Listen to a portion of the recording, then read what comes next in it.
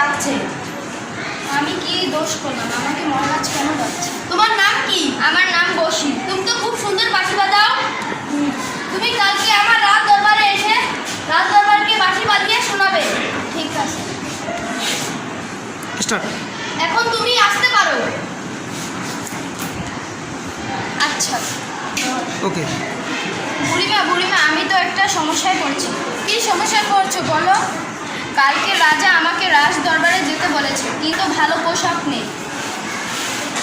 আমি তোমাকে সুন্দর একটা জামা বানিয়ে দেবো, কিন্তু আমার একটা শর্ত আছে। কি শর্ত? তুমি রাজ দরবারে গান শুনে যে পুরস্কার পাবে তার থেকে 10 ভাগের 1 ভাগ আমাকে দিতে হবে। তোমার শর্তে আমি রাজি আছি। আচ্ছা, হ্যাঁ।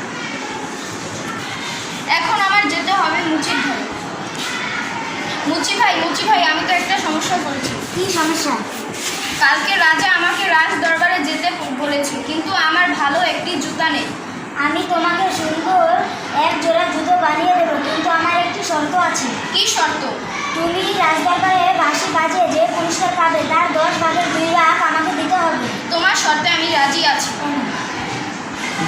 ধনী ভাই আমি তো একটা সমস্যায় পড়ছি। কি সমস্যা বলো? কালকে রাজা রাজ দরবারে আমাকে যেতে বলেছে, কিন্তু এত দূরের পথ, আমার কাছে ভালো একটি বাহন নেই। আমি তোমাকে মজবুত একটি বাহন তৈরি করে দিতে পারবো, কিন্তু তার বিনিময়ে আমার একটি শর্ত আছে। কি শর্ত? তুমি যা রাজার দরবারে বাঁশির সুর শুনিয়ে যা পুরস্কার পাবে তার 5 ভাগের 1 ভাগ আমাকে দিতে হবে। এই শর্তে যদি তুমি রাজি থাকো তাহলে আমি তোমাকে মজবুত একটি বাহন তৈরি করে দিতে পারবো। আমি তোমার শর্তে রাজি আছি। এই নাও তোমার বাহন। আমি আসতে পারি? আমি মহারাজের কাছে অনুমতি নিয়ে আসছি। মহারাজ, বসির কি আসতে পারে? হ্যাঁ, দাও নিয়ে আসো। মহারাজ তোমাকে ভিতরে আসতে বলছে। তুমি বাঁশি বাজিয়ে শোনাও। এখন তুমি বাঁশি বাজাও।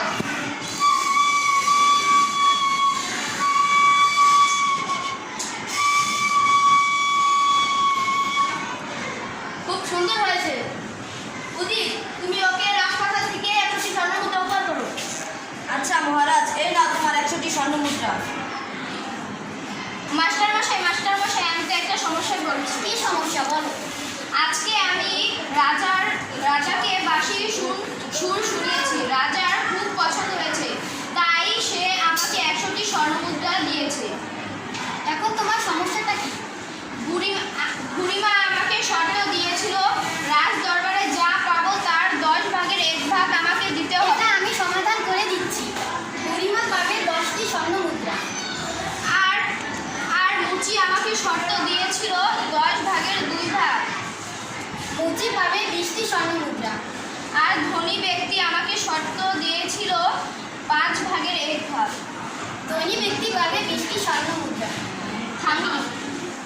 আর তোমার কাছে অবশিষ্ট থাকবে 50টি স্বর্ণমুদ্রা। থাঙ্কু। ওটা থাঙ্কু না, ওটা থ্যাঙ্কু হবে।